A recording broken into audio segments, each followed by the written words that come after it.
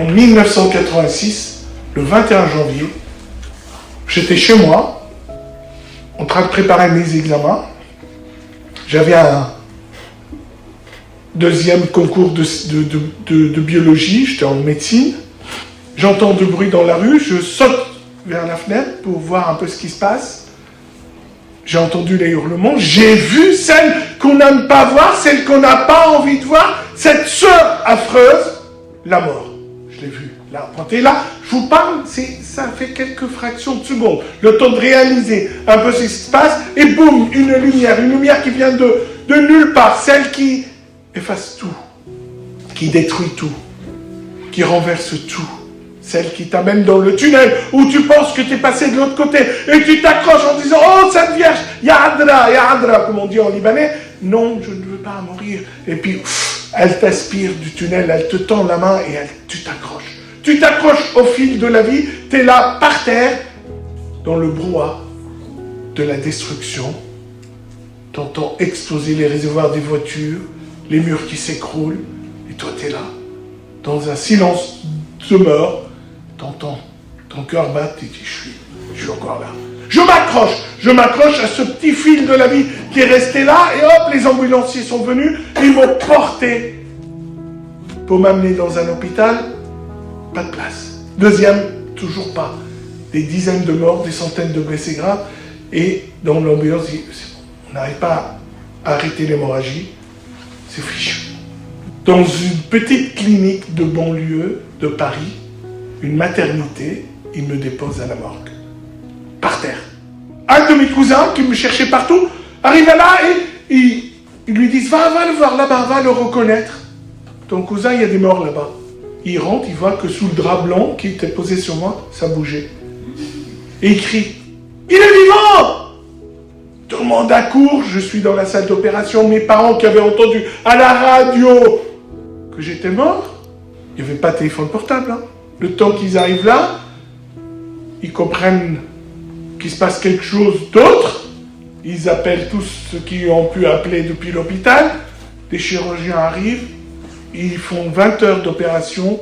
On raccommode ce qu'on peut raccommoder. On a même demandé à ma mère une photo de moi pour voir à qui je ressemblais. Et le lendemain, le 22 janvier, au matin, je suis dans mon lit d'hôpital, entouré des miens, qui pleuraient. Je ne veux pas dire qui pleurnichaient, qui gémissaient. Ma famille, mes amis proches, tout le monde pleurait comme si j'étais mort. Et dans leur gémissement, j'entendais ces mots qu'ils n'osaient pas dire. Il aurait mieux fallu qu'ils meurent que d'être dans cet état. J'étais dans un état méconnaissable. Et pour me consoler, on m'amenait les quotidiens de la une, comme papa était une personnalité connue, les journalistes sont arrivés, tac, les photos, les manchettes, jeunesse perdue, avenir fichu, etc. Non. Il va avec ma voix qui sortait à peine, parce que j'étais en tumulte pendant 20 heures. Mais je suis vivant. Je suis vivant. Je suis vivant. Et ceux qui ont posé cette bombe de 300 kilos d'explosifs, ceux-là, ils ne voulaient pas faire des blessés ou des handicapés. Ils voulaient juste tuer et tuer le plus grand nombre. Et voilà ma première victoire à cette fichue guerre, une des plus stupides. Toutes les guerres sont stupides, n'est-ce pas? Toutes. Mais la plus stupide d'entre elles, c'est la guerre civile. Quand ton pays est morcelé, déchiré, des checkpoints partout, des barricades, des lignes de démarcation, c'est le voisin qui devient ton ennemi, et puis t'es enroulé dans les milices, à 12 ans tu sais manier les armes, et à 14 ans t'es sur la batterie des canons pour tirer le mortier de l'autre côté de ton quartier, et calculer la parabole, et tu pries, tu dis, oh Seigneur, pourvu que ça ne tombe pas sur des gens. Parce que je les connais. Ceux sur qui j'envoie ma bombe. Je connais leurs prénoms. Hier, on buvait le café ensemble. Et on partageait nos coca et les paquets de cigarettes volés dans la maison. On était des ados, ensemble, voire dans la même école. Et on devient aujourd'hui des ennemis. Non, je ne comprenais pas et je ne voulais pas tout ça. Et tomber aveugle là, à 17 ans, dans un pays où on comptait les morts, comme on peut compter les buts dans un match de rugby, les essais, on dit, allez, 47-23, 47 chez eux, 23 chez nous, on a gagné aujourd'hui. Mort, je parle. 37-15, chez nous, 37. Oh mince, ils ont gagné. C'était comme ça. Et tu rentres dans une dynamique infernale. Et au bout de quelques semaines, après avoir vu tous les ophtalmos de Beyrouth et de Navarre, mes parents m'ont envoyé en Suisse où un grand chirurgien, un grand ponte avait dit « Moi, je peux le soigner, je peux l'opérer, ça va aller. Son dossier est acceptable. » Donc, branle-bas combat, je dois traverser Beyrouth-Est, où il y avait les chrétiens, Beyrouth-Ouest, où il y avait l'aéroport. Beyrouth-Ouest, c'était l'OLP, Organisation de la Libération de... Qu'est-ce qu'ils foutaient chez nous? J'en sais rien. En tout cas, le bazar. Et les milices de l'autre côté. Je suis dans un cortège escorté par l'armée. J'arrive à l'aéroport, par l'ambulance. On vient me chercher, descend, cours. Cours où? Cours! Alors je commence à avancer petit à petit, cours! Alors je cours un peu, il y a deux gars qui arrivent, qui prennent chacun d'un côté, qui vont, pof, il me faut monter les marches, et pop, je suis dans l'avion, on ferme vite la porte. C'était les milices de Hamas, les chiites, qui ont encerclé l'avion. Alors, un combattant, entre guillemets, pardon, un jeune chrétien qui vient de l'Ouest blessé, donc c'est égal combattant, donc on va le prendre. 3 heures de négociation, l'avion décolle, je suis à Genève, je ne connais personne, ou personne ne me connaissait, juste une famille d'amis de mes parents qui n'ont pas pu traverser Beyrouth, ils préparaient pour me rejoindre, et entre-temps, je devais être accueilli dans cette famille entre les différentes opérations que je devais subir. Première opération, pendant que ma mère priait dans la chapelle de... Non. Allez-y, mieux. Non. Ouais. À côté de cet hôpital, il y avait une petite chapelle dédiée à Sainte Rita. Bon, après avoir allumé 430 bougies, la chapelle prenait feu. Et pour du vrai, hein. Donc voilà, ma mère avait fait un vœu, le papa il dit, bon, si mon fils s'en sort, on construira une église. Donc il y a une énorme église maintenant à la place de la chapelle. On a contribué à construire une grande église et je suis très heureux d'être chez Sainte Rita aujourd'hui. Ça m'a beaucoup ému quand Vincent m'a dit, je t'amène dans l'église Sainte Rita. Et donc pendant que les bougies se consumaient, moi j'attendais cette belle première opération. Je suis allé à la messe la veille. C'était l'évangile de Saint Jean 21. M'aimes-tu? Boum. Et après la pêche miraculeuse, et le prêtre qui nous a fait un topo, que je devais faire un topo aujourd'hui, mais il m'a dit non, un témoignage. Bon, donc j'avais préparé mes PowerPoint et tout ça. Non, oui, bon, c'est pas grave, je fais plaisir à Constance, comme ça je fais un peu. Et donc je suis là, et il dit, il y a des miracles, Jésus a guéri beaucoup d'aveugles, d'estropiés, tout ça. Mais il les a pas tous guéris, hein. Mais il a guéri beaucoup. On était dans un hôpital où, vous voyez, vous imaginez, les gens qui sont là, ils attendent la guérison. Bon, moi j'ai pris ce qu'il a dit, c'était magnifique, la première partie me plaisait bien. Donc, première opération, je suis dans le cabinet de ce grand chirurgien qui m'ausculte pendant 30 minutes avec ses assistants, il passe des lumières, des grandes lunettes. Tu vois quelque chose maintenant? Je comprends rien, tout ça. Ils discutent entre eux, ils parlent en suisse-allemand, machin. Ils vont faire un conciliabule, il revient, il dit, avec son accent suisse-almanique à couper au couteau. Vous voyez l'Alsacien? C'est pire. Monsieur Hassan, j'ai vraiment grand regret de vous annoncer que vous êtes devenu aveugle. Pardon? Oui, je suis vraiment désolé, vous êtes devenu aveugle. Et puis il dit à l'infirmière, prenez-le dans sa chambre, je passerai le voir. J'arrive dans ma chambre, je vais rester seul, et là, nouvelle explosion. Je viens de me réaliser voilà, qu'une nouvelle bombe vient de m'exploser à la figure. Bon, la première m'a un peu déchiqueté, mais celle-là m'a rendu aveugle. Je suis là face à cette nouvelle. La colère monte. Mais monte. Je commençais à ne pas Pas comprendre. Et pourquoi? Et pourquoi moi? Et Dieu? Oh! Où es-tu? Réponds-moi! Pourquoi moi? Et là, j'ai le film de la guerre qui commence à défiler devant mes yeux. Nous sommes le 21 août 1977. Si vous regardez vos agendas, c'est un dimanche. Nous sommes à la messe. Tout le village, tout mon village, pour une grande cérémonie, une messe requiem pour un jeune médecin qui a été tué par l'armée syrienne. On entend des tirs. L'électricité est coupée. L'église est encerclée. Je suis là. Mon grand-père sort. C'est une grande personnalité. Il les voit. Ils arrivent, ils regardent.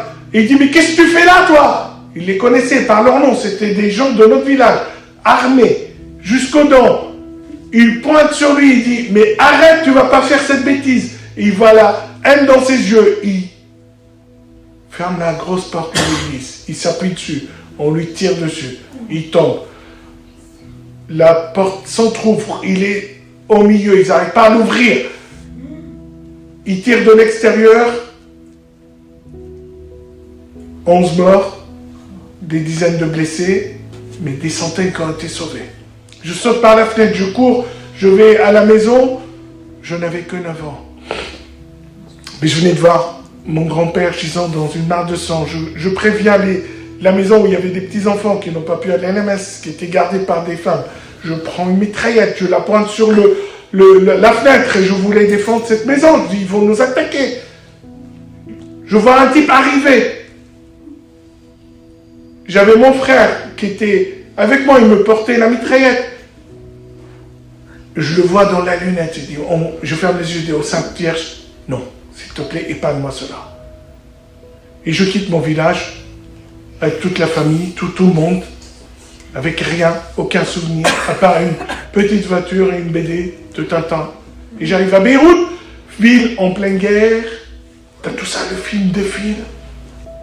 Mon oncle assassiné devant chez lui, mon cousin enlevé qu'on n'a jamais retrouvé, mes camarades de classe fauchés par des bombes ou ne sont pas revenus à l'école car les parents les ont amenés au Canada, en France, en Australie ou je ne sais où. Et pourquoi tant te haine, mon Dieu? Pourquoi tu laisses faire? Tu es puissant! Elle est où ta puissance? Réponds-moi! Oui, je sais que t'es vieux, que t'es sourd, mais j'ai envie que tu me répondes. Écoute-moi, je connais. Je détruisais tout dans ma chambre, je renversais tout. La fenêtre était verrouillée, heureusement. Comme je n'avais pas 18 ans, je suis dans une chambre d'enfant, donc je ne pouvais pas ouvrir la fenêtre tout seul. Les idées noires étaient là. Au bout de cette nuit noire, où j'ai pleuré, hurlé, on n'a pas réussi à me calmer, j'étais là à dire, mais tu peux me guérir quand même. Tu peux me guérir. Comme une voix qui est venue, j'entends pas des voix, mais c'était l'évangile de la veille ou de l'avant-veille.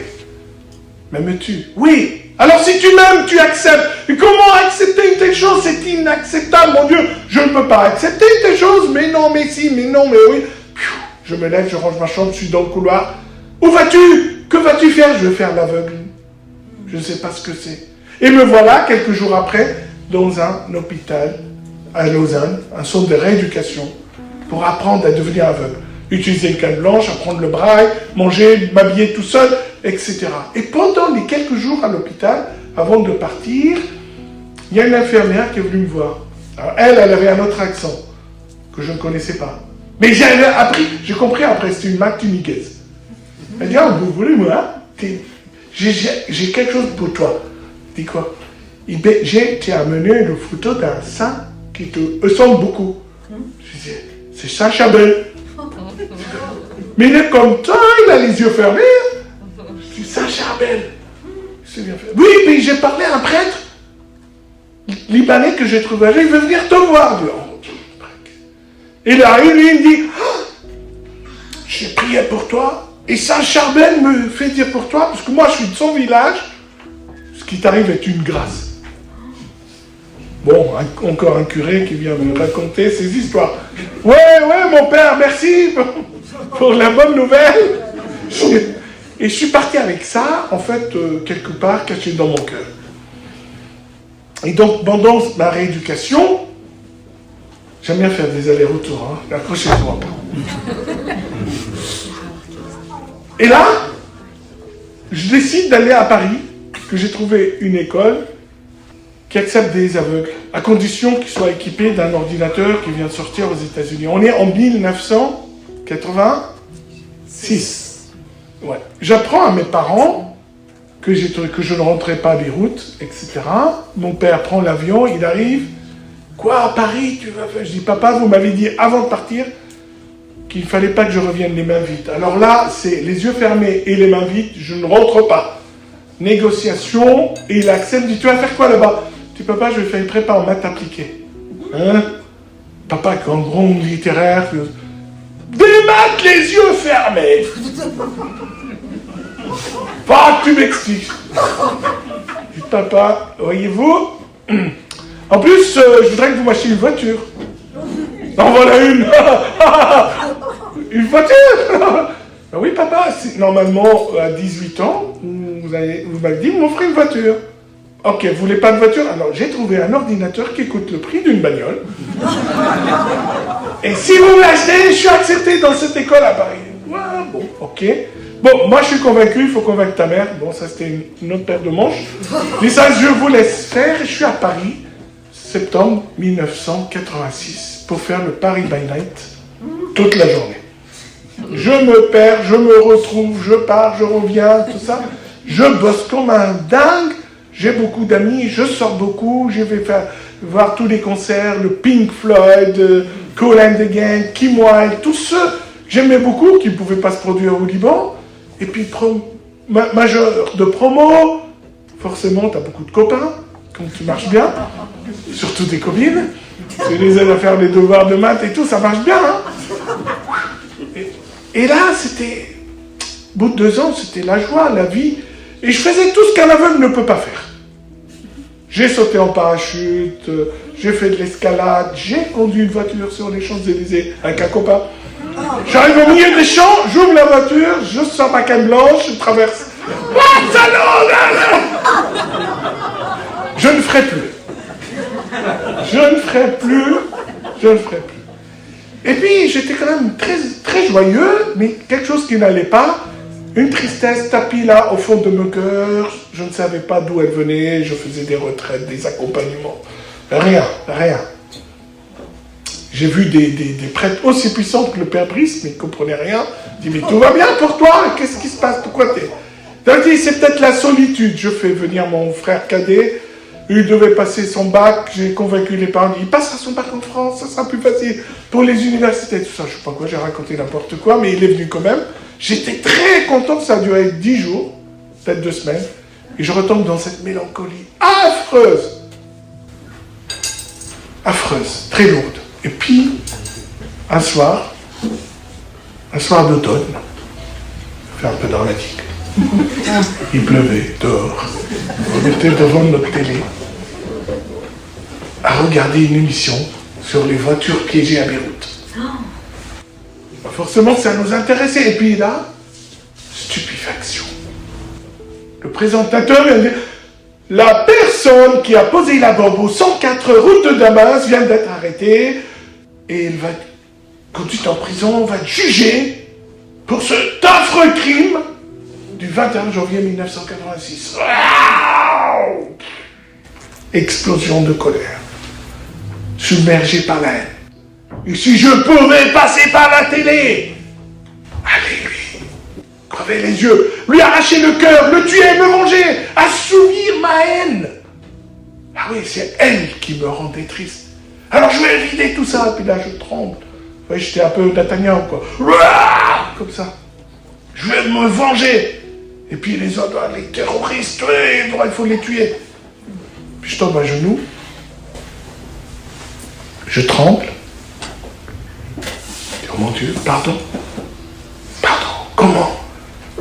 Ai-je pu vivre ces 2 années où il y avait un boulevard de bonheur devant moi et moi j'ai pris les routes cabousseuses, sinueuses, de la colère, de la haine, tout ça. Non, libère-moi de ça, s'il te plaît. Débarrasse-moi de ce boulet que je traîne avec moi. Je veux être heureux. Je vais rentrer dans ta miséricorde, mon Dieu. Oui, je t'aime plus que toi et c'est pour cela que je veux que tu me pardonnes. M'aimes-tu? Oui, Seigneur, pardonne-moi. Et boum, rentre devant moi, vient s'imprimer en grandes lettres fluorescentes une phrase d'une prière que je récitais plusieurs fois par jour, en français, en arabe et en araméen, à l'endroit et à l'envers. Une phrase du Notre Père. Pardonne-nous, Seigneur, nos offenses, comme donnons aussi à ceux qui nous ont offensés. J'ai vu tout de suite le piège s'enfermer sur moi. Non, la première partie, je la prends. La deuxième, je te la laisse. Moi, j'ai te demandé de me pardonner. Je ne sais pas, je ne peux pas, et surtout, je ne veux pas. Moi, je ne suis qu'un enfant de la guerre, je n'ai connu que cela, la rancune, la haine, la vengeance. Là, ce que tu me demandes, ça m'est impossible. Oui! Alors, pour cela, je te demande de me pardonner. Et au nom de cet amour, je te promets que je serai un enfant sage. Même si j'ai que 20 ans, mais je ne ferai pas de bêtises. Promis, promis. Non, mais oui, tu pardonnes. Non. Si, oui, boum, bah, je prends le téléphone, j'appelle le père Brice. Non, pardon, ça s'appelle pas Brice. Mais, mon père, il faut que je vous voie. Oh, je prends mon agenda. Cette semaine, c'est un peu compliqué. La semaine prochaine, j'ai un petit quart d'heure le jeudi après-midi. Mon père, c'est une question de vie ou de mort. C'est maintenant, aujourd'hui, tout de suite, s'il vous plaît. J'arrive devant lui, confession générale, 2h30. Je raconte tout, de l'âge de 7 ans à 20 ans, ce que j'ai fait du mal, ce que j'ai subi comme mal, à ma famille, mon pays, à moi, tac, tac, tac, tac. Puis je lui raconte un peu mon histoire devant la télé. Gratte la tête, dit, oh mon pauvre, il n'y a que le secours de Marie. Il m'en va faire une retraite en silence, s'il vous plaît, de Saint-Ignace, exercice de Saint-Ignace, dans un sanctuaire marial, Notre-Dame-des-Neiges, en Ardèche. Bon. J'y suis. Premier jour, silence. Deuxième jour, silence. Troisième jour, quatrième jour, rien. Je reçois rien. Cinquième jour, je suis devant la statue de la Sainte Geneviève. Marie, s'il vous plaît. À vous, votre fils ne refuse rien. Hein? Je me souviens des noces de Cana. Alors, s'il vous plaît, obtenez pour moi cette grâce de pardonner. S'il vous plaît. Une brise légère vient m'envelopper. Une main qui prenait la mienne dit, viens, je vais te montrer le chemin. Soulagement, je descends de là, je raconte ça au prêtre qui prêchait la retraite, direct, il me prend par le bras, il me met devant les retraitants. Vas-y, raconte ce que tu as vécu là-haut. Je fais mon premier témoignage. C'était il y a plus de 38 ans. Me voilà aujourd'hui devant vous pour le énième fois. Je raconte cette belle histoire. Mais là, c'était le début. Et mon pardon commençait à grandir. Il fallait que je pardonne à cet homme qui a posé la bombe, mais à ceux qui ont tué mon grand-père, assassiné mon oncle, enlevé mon cousin, etc., etc. Et la liste était longue. Tous ceux qui ont fait du mal à mon pays, à ma famille, à moi-même. Et puis petit à petit, d'un témoignage à l'autre, mon pardon grandissait jusqu'au 25 janvier 1996. Donc, à peu près 10 ans, jour pour jour. Qu'est-ce qui se passe-t-il le 25 janvier? Nous fêtons qui, quoi? Saint-Paul. La conversion de Saint-Paul. Où? À Damas. Sur la route de Damas. Et là, on raconte l'histoire de Étienne, l'archidiacre qui a été lapidé avant de rendre l'âme. Il lève la tête vers le ciel, il voit le ciel ouvert. Jésus à la droite du Père, il dit, s'il te plaît, ne leur compte pas ce péché. Au revoir les amis. Il s'endort dans la mort. Seul qui était là, qui était le président de la lapidation, fort de tout ce qu'il avait obtenu comme persécution, il obtient une lettre pour aller chercher les hérétiques qui sont à Damas, les enchaîner pour qu'ils soient jugés à Jérusalem et forcément, et certainement, lapidés. Et voilà qu'une lumière le rattrape sur la route de Damas. Que lui arrive-t-il? Il devient aveugle. Et puis là, la messe se déroule. Je n'avais pas vu un lien. Ça faisait comme des années où je témoigne. Je raconte mon histoire. J'avais jamais fait le lien. Aveugle, Damas, témoin, annoncer la bonne nouvelle, etc. Boum, boum, boum, boum. Je vais pour communier et dans la queue, pour arriver à la communion, j'entends dans mon cœur un énorme cri extraordinaire. J'ai pardonné. J'ai pardonné. Et là, j'étais en larmes. J'arrive devant le prêtre, je me mets à genoux, je commence à trembler. Il a pensé que j'ai fait une grosse bêtise. Il met la coupe sur ma tête. Mais vous inquiétez pas, mon fils, le Seigneur est miséricordieux. Hein? Oui, moi, la bouche ouverte, je veux communier, mon père. Ok. Je retourne à ma place et puis, waouh, j'ai pardonné. Ça y est. Et, bon, quelques semaines après, je suis à Beyrouth pour la première fois, invité dans une émission pour le Mercredi Saint, pour parler de la réconciliation après la guerre civile et raconter mon témoignage. Bon, je vous laisserai lire un peu le processus qui est dans mon livre. Et puis là, dans cette émission, je raconte, super, magnifique, c'est sympa. Et l'animateur, c'était le Cyril Hanouna libanais. Bon, il était pire que Cyril, si on peut être pire.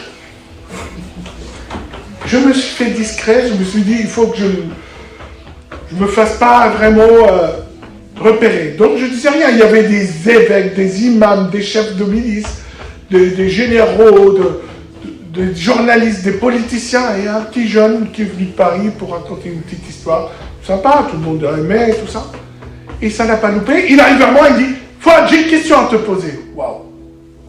Est-ce ton pardon définitif et irrévocable à cet homme? Le micro à la main. Je dis, tu sais Ziad, si cet homme était en face de moi, je me lèverais, je le prendrais dans mes bras, je l'embrasserais et je lui dirais que je l'aime. Et pendant que je parlais, j'entendais, m'aimes-tu?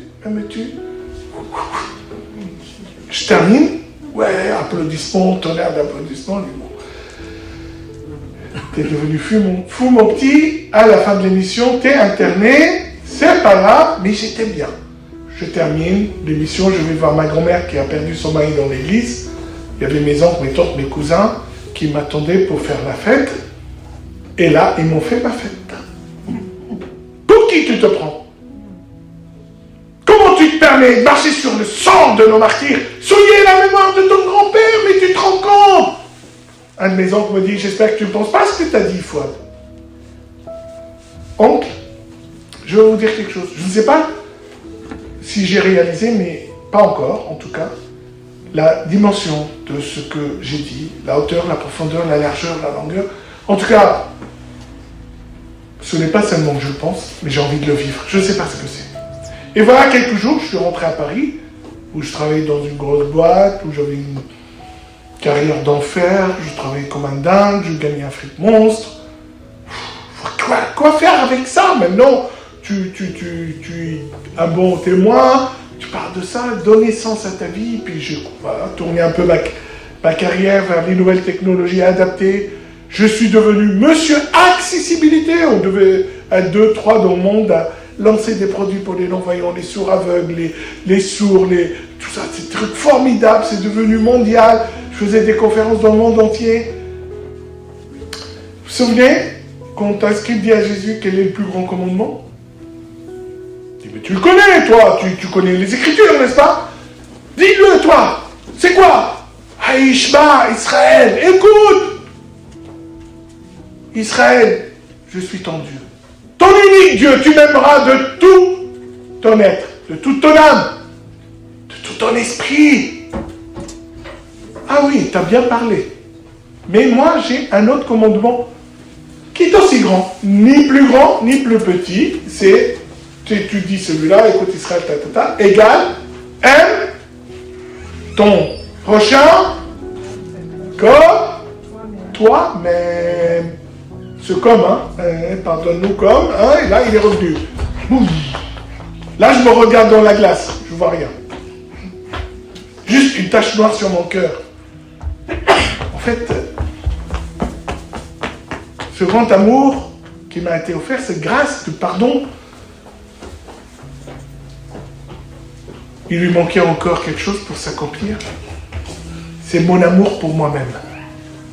pour cet aveugle qui était en moi, que j'ai accepté, intégré, utilisé, il est devenu ma star, mais en fait, lui, il n'avait pas vraiment sa place dans ma vie. Il devait se taire, je le rabrouais comme on a rabroué Bartimée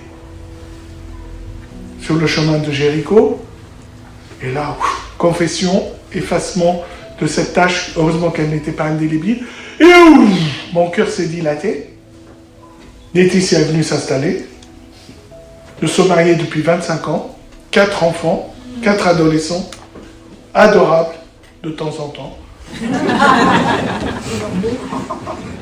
Grand bonheur, pardon, mariage, tout ça, et puis maintenant la paix. Comment propager cette paix autour de moi est venu le Bataclan, 2015. Vous vous souvenez?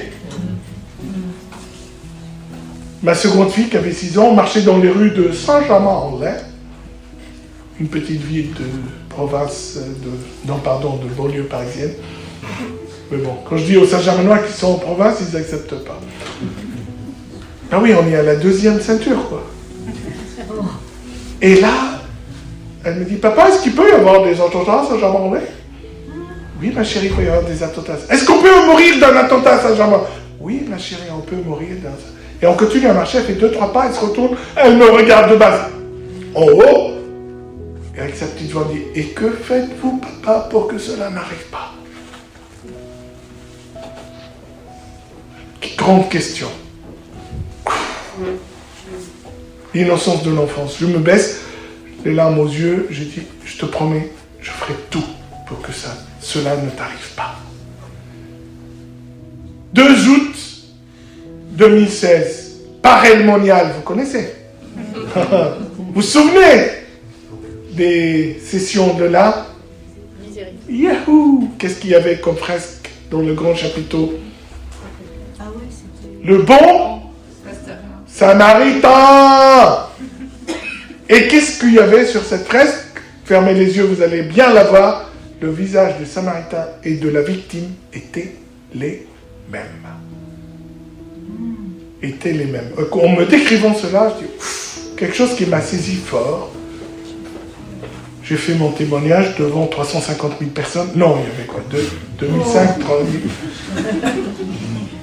Et là, saisi par ça, au fond de mon cœur retentit de dire oui à Jésus.